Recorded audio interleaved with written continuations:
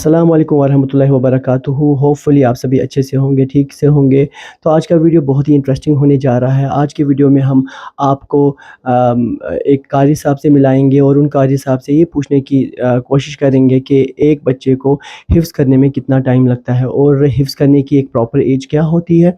तो कुछ सवालात करेंगे और साथ ही साथ में आपको मैं क्लास वाइज दिखाऊँगा कि एक दारुल उलूम में कैसे क्लास वाइज बच्चे बैठते हैं और कुरान कैसे याद करते हैं।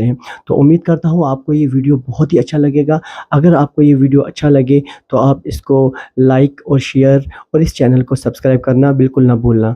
तो आपको मैं ले चलता हूँ सीधा, पहले तो मैं दर्जों में ले जाऊँगा, दर्जा मीन्स क्लास, और उसके बाद मैं उन कारी साहब से भी आपको मिलाऊँगा। चलो हम चलते हैं।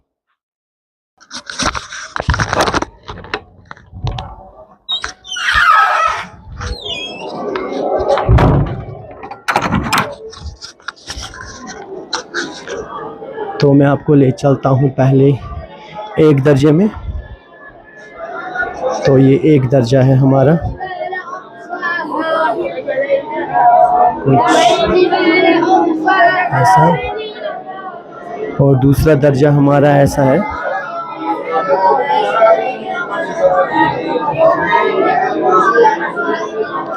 अब आपको मैं डायरेक्ट ले चलता हूँ उन कारी हज़रत के पास, जो कारी हज़रत बहुत ही ज़्यादा मेहनत करते हैं और दारुल उलूम इलाहिया में अभी वो उस्ताद हैं। उनका नाम कारी आज़म है। उनसे हम उनका इंट्रोडक्शन खुद ही पूछेंगे। आप देख सकते हैं उनकी क्लास, ये है मदरसा दारुल उलूम इलाहिया।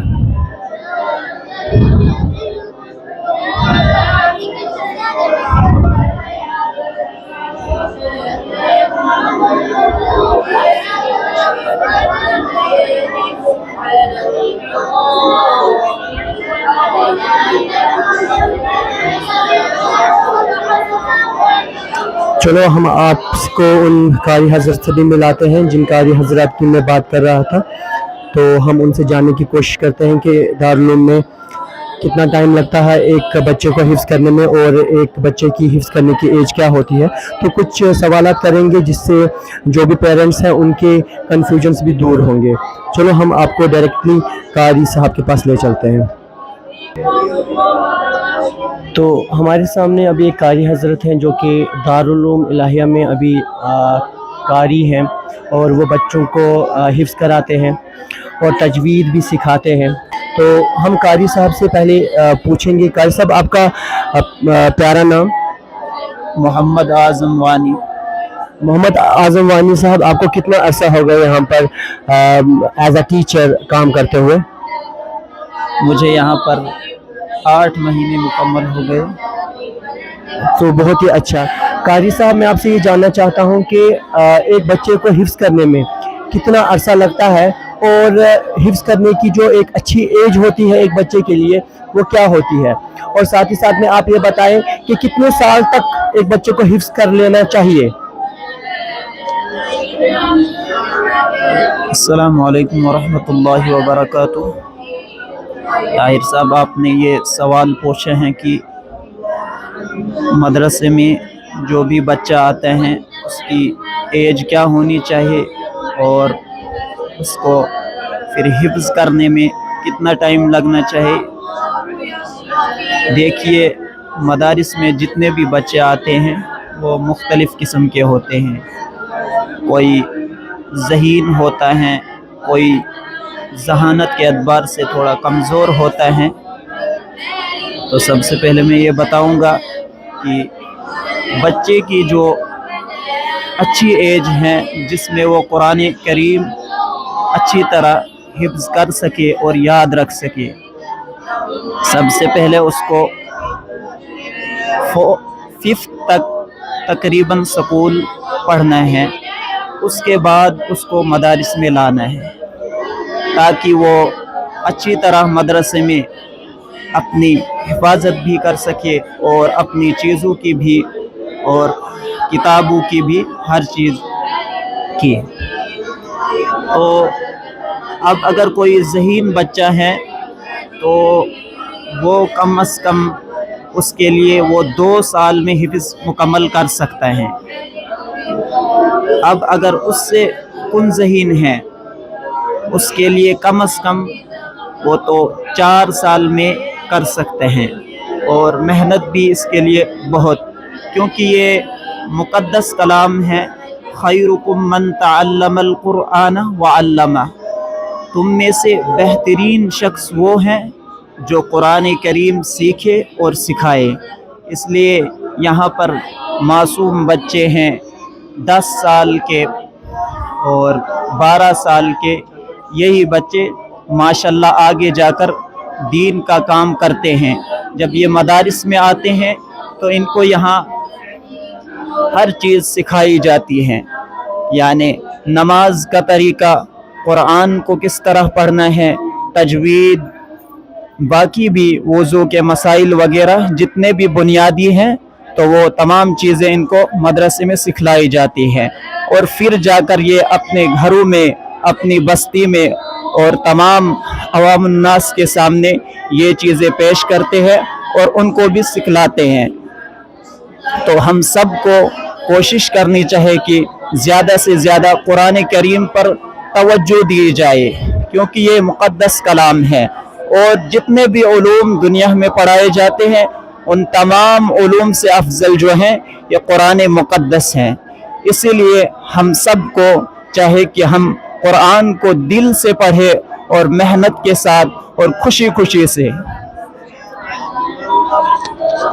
قاری صاحب، میرا ایک اور سوال تھا کہ جو بچے گھر میں حفظ کرتے ہیں کسی قاری کے پاس اور ان کو گھر میں آتے ہیں قاری صاحب پڑھانے، اور جو مدرسے میں بچے کرتے ہیں، ان میں کیا ڈفرینس ہے اور کتنا مفید رہتا ہے ایک بچے کے لیے مدرسے میں آنا اور گھر کے برعکس، گھر کے بجائے مدرسے میں آنا اور یہاں پہ آ کے حفظ کرنا؟ آپ اس کے بارے میں تھوڑی سی روشنی ڈالیں۔ دیکھیے، میں آپ کو اس بارے میں تھوڑا سا بولتا ہوں کہ گھر میں جب بچہ قرآن مقدس سیکھنا شروع کرتے ہیں، سب سے پہلا تو یہ کہ گھر میں انسان کو وہ توجہ نہیں رہتی ہے جو ایک مدرسے میں ہوتی ہے انسان، کیونکہ مدارس میں یہ بچہ جب آتا ہے یہ 24 گھنٹے یہیں رہتا ہے۔ صبح اٹھیں گے تو قرآن کے ساتھ، شام کو سوئیں گے تو قرآن کی تلاوت کر کے، جب گھر میں ہوتے ہیں تو اس کو اگر کسی مکاتب میں رکھ دیا جاتا ہے، کوئی مولوی صاحب یا قاری صاحب جو بھی ان کو پڑھاتے ہیں، تو ان کے پاس مختصر سا ٹائم ہوتا ہے 1 گھنٹے کا۔ 1 گھنٹے میں ان کے پاس بہت سارے بچے ہوتے ہیں، ان کی ٹائمنگ بہت کم ہوتی ہیں، اس لیے وہ اس مختصر سے ٹائم میں جو قرآن کریم کا حق ہے وہ ادا نہیں ہو سکتا ہے۔ البتہ وہ بھی اپنی طرف سے کوشش کرتے ہیں، لیکن پھر بھی ٹائمنگ کی وجہ سے تھوڑی کمزوری رہ جاتی ہیں، اور گھر کے باقی بھی کھیل کود میں بھی لگ جاتے ہیں۔ اس لیے مدرسے میں آتے ہیں، یہاں ان کو ٹائمنگ بھی اچھی ہوتی ہے، دن میں جب چاہیں گے سبق سنائیں گے، اور اس سے پچھلا جو ہوتا ہے اس کا بھی ریویژن کرواتے ہیں، تاکہ ان کو مضبوط اور اچھے طریقے سے یہ قرآن پاک یاد ہو جائے۔ قاری صاحب، آپ کا بہت بہت شکریہ، آپ نے اتنی انفارمیشن ہمیں دی، اور میں چاہوں گا کہ آپ ایسے ہی اپنا سفر کنٹینیو رکھیں اور مزید بچوں کو بھی پڑھائیں، اور سب کی لائف میں، جتنے بھی چھوٹے چھوٹے بچے ہیں ان کی لائف میں ایک انقلاب لائیں، کیونکہ قرآن ہی وہ کتاب ہے جو ایک انسان کو اندھیرے سے نکالتی ہے اور روشنی کی طرف لے جاتی ہے۔ تو آپ کا بہت بہت شکریہ، اور ہم امید کرتے ہیں کہ، اور آپ کے لیے دعا بھی کرتے ہیں، انشاءاللہ تعالی اللہ تعالیٰ آپ کو اس کے لیے اجر عظیم بھی دیں گے۔ میں تمام ناظرین سے یہ بات کرنا چاہتا ہوں کہ وہ بھی اپنے بچوں کو دارالعلوم میں لائیں، مدرسے میں لائیں، اور دنیاوی تعلیم کے ساتھ ساتھ دینی تعلیم کے بارے میں بھی ان کو بتائیں، کیونکہ آج جو معاشرہ ہے ہمارا، اس میں زیادہ تر لوگ صرف دنیاوی تعلیم کی طرف رغبت رکھتے ہیں اور دین سے بچوں کو دور کرتے ہیں، جو کہ ایک بہت بری بات ہے۔ یہ چند دن کی زندگانی ہے، تو 4 دن کی چاندنی ہے، اور اس کے بعد اندھیری رات ہونے والی ہے۔